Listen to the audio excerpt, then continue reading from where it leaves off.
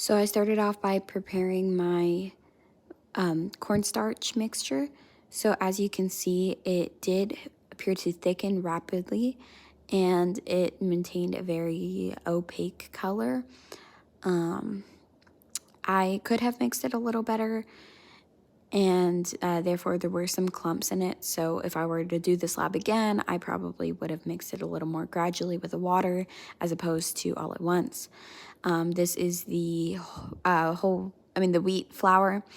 It did maintain a rather low viscosity, and though it did darken over time, it still maintained a very milky consistency.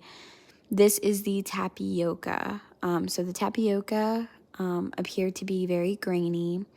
I'm not sure if I used the best flour, but it was the only one that I could find at the store. It did have a very similar viscosity to the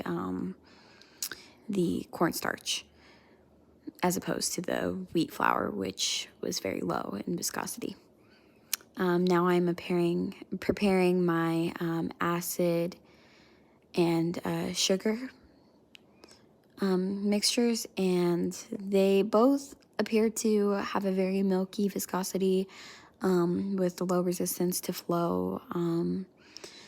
Though I would say that the viscosity was slightly higher in the cold mixture as opposed to after leaving them in the fridge for an hour, due to them separating with the solvent sitting at the bottom, and I guess majority of the water and the vinegar just kind of sat at the top, leaving it with a very low viscosity.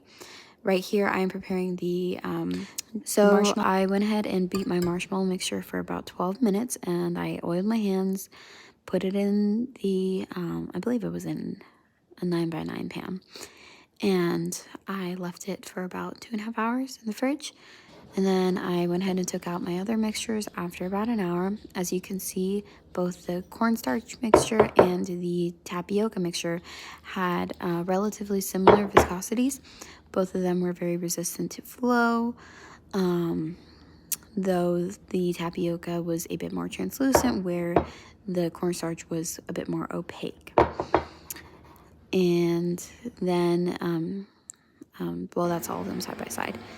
So in regards to the sugar and the vinegar solution, they had a tendency to separate out, and basically leaving the solvents at the very bottom.